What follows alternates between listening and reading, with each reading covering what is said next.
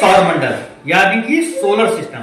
सौर मंडल में हमारे सूर्य, 8 ग्रह, उनके उपग्रह और कुछ उल्कापिंड हैं।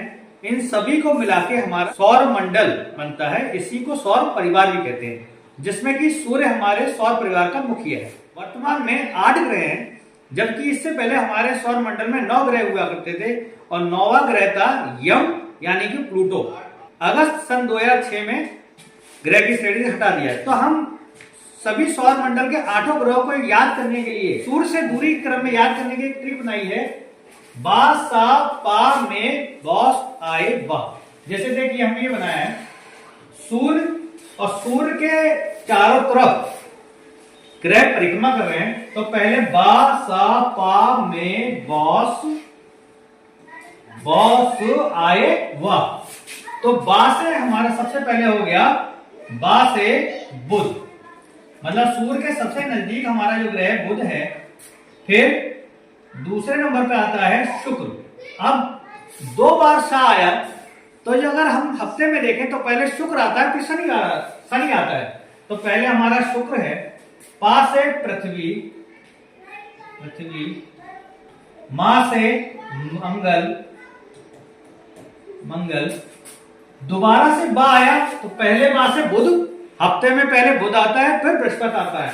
तो ये हमारा हो गया अगला बृहस्पति। और दोबारा से शाह आया, शाह से शुक्र चूंकि आ चुका है, हफ्ते में सबसे पहले शुक्र आता है, उसके बाद शनि आता है। तो ये आया हमारा शनि, और ये आया आए से अरुण, और ये बा से वरुण। तो इस ट्रिक के माध्यम से हम ये याद कर सकते हैं कि कौन सा ग्रह सूर्य से दूरी क्रम में कितनी दूरी पे है या कौन से स्थान पर है।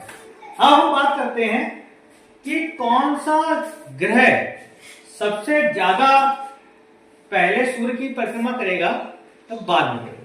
तो देखिए सीधी सी बात है कि जो सूर्य के पास में होगा वो सबसे पहले परिक्रमा करेगा, और जो सबसे ज्यादा दूर होगा उसको परिक्रमा करने में सबसे ज्यादा टाइम लगेगा।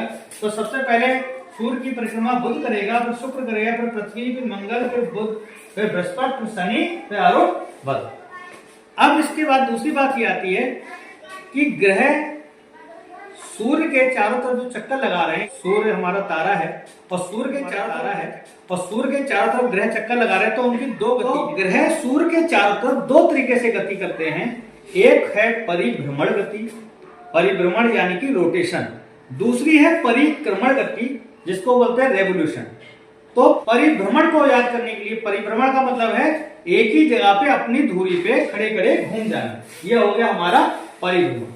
और परिक्रमा से याद रख सकते हैं हम परिक्रमण, जो सूर्य के चारों तरफ घूम के परिक्रमा कर रहे हैं वो परिक्रमण होगा। अब सभी ग्रह 8 ग्रह सूर्य के चारों तरफ परिभ्रमण भी कर रहे हैं और परिक्रमण भी कर रहे हैं। तो सूर्य के चारों तरफ 8 ग्रह एंटी क्लॉकवाइज यानी कि सुई के विपरीत दिशा में गति कर रहे हैं। 8 ग्रह सूर्य के चारों तरफ घड़ी की सुई की गति के विपरीत दिशा में यानी कि एंटी क्लॉकवाइज में गति कर रहे हैं। दूसरा, ये सभी ग्रह अपनी धुरी पर भी घूम रहे हैं। तो ये ग्रह, इन ग्रहों में 2 ग्रह ऐसे हैं जो सुई की घड़ी की दिशा में घूम रहे हैं, बाकी 6 ग्रह एंटी क्लॉकवाइज घूम रहे हैं। तो उनको याद करने के लिए हम कैसे याद करेंगे? 8 ग्रह हैं, पहले सूर्य के चारों तरफ, ये हमें सबसे पहली बात याद रखनी है, सूर्य के चारों तरफ ये एंटी क्लॉकवाइज दिशा में गति कर रहे हैं, यानी कि घड़ी के सुई के विपरीत दिशा में ये घूम रहे हैं। दूसरा, जो अपनी धुरी पे घूम रहे हैं यानी कि परिभ्रमण कर रहे हैं, उनमें 6 ग्रह एंटी क्लॉकवाइज घूम रहे हैं और 2 ग्रह क्लॉकवाइज घूम रहे हैं। इनको याद करने के लिए हम समझ सकते हैं, देखिए पहले से दूसरे नंबर का ग्रह ये घूम रहा है क्लॉकवाइज, दूसरे ग्रह में आ रहा है शुक्र, और अंतिम से जो दूसरा ग्रह है अरुण, ये दोनों ग्रह घड़ी की सुइयों के तरफ घूम रहे हैं यानी कि क्लॉकवाइज घूम रहे हैं। बाकी बचे 6 ग्रह, ये सभी 6 ग्रह अपनी दूरी पर एंटी क्लॉकवाइज के 8 ग्रह। अब हमको ये देखना है कि कौन सा ग्रह सबसे बड़ा है, कौन सा ग्रह सबसे छोटा है। तो उसको याद करने की एक ट्रिक है। देखिए, हमें याद रख सकते हैं कि सोलर सिस्टम में सूर्य के बाद 8। अब 8 ग्रह में हमें भाजपा में बहुत आए से हमने याद कर लिया 8 ग्रह कौन सी जगह पे स्थित है। अब हम सबसे देखते हैं सबसे बड़ा ग्रह कौन सा है, सबसे छोटा ग्रह कौन सा है क्रम से। तो उसके लिए एक याद करने का तरीका है कि देखिए, बृहस्पति में सबसे ज्यादा अक्षर है और बाकी सब बृहस्पति से छोटे हैं। तो सबसे पहले सबसे बड़ा जो ग्रह हुआ वो हमारा हुआ बृहस्पति, फर्स्ट नंबर का ग्रह। बृहस्पति में सबसे ज्यादा अक्षर है, तो हम याद कर लेते हैं सबसे पहले नंबर पे जो ग्रह हुआ वो हुआ बृहस्पति। अब बृहस्पति से हम बाहर की तरफ जाएंगे। फर्स्ट नंबर इसका व्यास के हिसाब से सबसे बड़ा ग्रह हुआ बृहस्पति। सेकंड नंबर पे आया शनि, तीसरे नंबर पे आया अरुण और चौथे नंबर पे आया वरुण। अब पांचवें नंबर के लिए हम यहां से घूम के फिर से अपनी पृथ्वी पे आ गए। ये हमारा हुआ पांचवें नंबर का ग्रह। सारे अरुण का ग्रह खत्म हो गए चौथे नंबर पे। चौथे नंबर के बाद हम फिर से आ गए अपनी पृथ्वी पे। अब पांचवें नंबर पे पहले हम राइट साइड में चलेंगे, हम लेफ्ट साइड में चलेंगे। तो छठे नंबर पे हो गया हमारा शुक्र। शुक्र के बाद फिर से हमने इस साइड में बचा, ये हमारा सातवें नंबर पे हो गया। और सबसे एंड में ये हम आ गए यहाँ पे फिर से आठवें नंबर पे बुध। तो सबसे बड़ा ग्रह बुध, उसके बाद शनि, फिर अरुण, फिर वरुण, फिर हम आ गए पृथ्वी पे। पृथ्वी के बाद शुक्र, फिर मंगल, पहले एक साइड इधर फिर इस साइड, ठीक है, और फिर दोबारा लास्ट में बुध पे आ गए। तो इस तरीके से हम याद कर सकते हैं सोलर सिस्टम में व्यास के आधार पर कौन सा ग्रह बड़ा और कौन सा ग्रह के उपग्रह कितने हैं, उसको याद करने की ट्रिक है। देखिए, सबसे पहले हम बुध से चले तो सबसे पहले हम 0, इसका एक भी नहीं है, इसका शुक्र का भी एक भी नहीं है। पृथ्वी, हमें याद है कि पृथ्वी का उपग्रह केवल चंद्रमा है, एक है। तो पहले एक से पहले शून्य आएगा तो दोनों पे शून्य, फिर 1। अब इसके बाद आए मंगल 1 के बाद आया 2।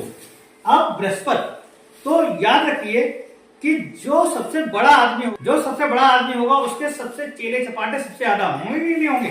तो इसी तरह याद रख सकते हैं जो ग्रह सबसे बड़ा है उसके उपग्रह सबसे ज्यादा हो गए 69।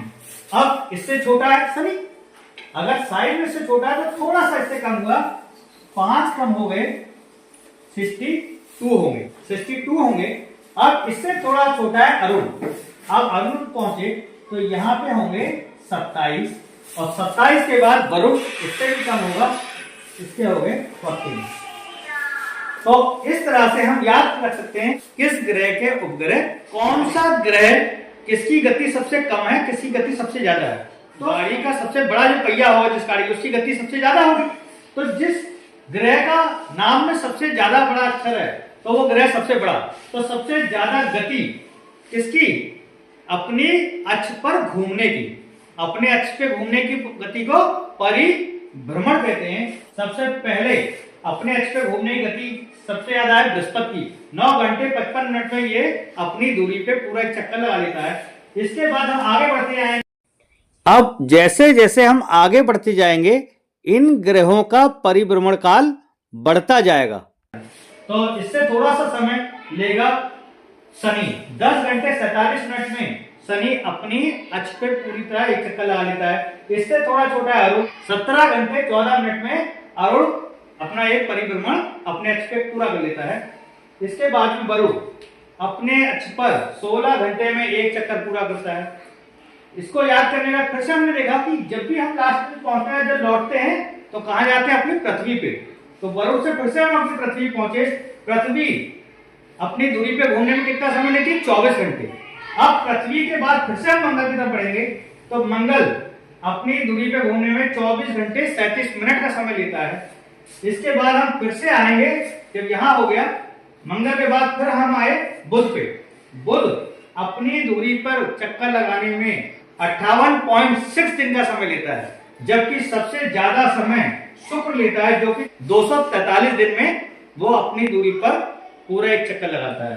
तो इस ट्रिक के माध्यम से हम सोलर सिस्टम में काफी ग्रहों की गति को समझ सकते हैं। और चूंकि 9वां ग्रह हमारा यम था, जिसको अगस्त 2006 में अंतर्राष्ट्रीय खगोलीय संघ ने उसको ग्रह की श्रेणी से हटा दिया, क्योंकि ग्रह होने के लिए कुछ शर्तें होती हैं, जैसे कि गुरुत्वाकर्षण के कारण गोल हो जाना चाहिए, दूसरा वो किसी भी अन्य ग्रह की कक्षा का अतिक्रमण ना करे, जबकि यह पाया गया था कि कुछ समय के बाद वो वरुण की कक्षा को काट रहा था, इसलिए उसको यम को यानी कि प्लूटो को ग्रह की श्रेणी से हटा दिया गया। तो उम्मीद है आपको सौर मंडल के बारे में इस ट्रिक के माध्यम से समझ में आएंगे। धन्यवाद।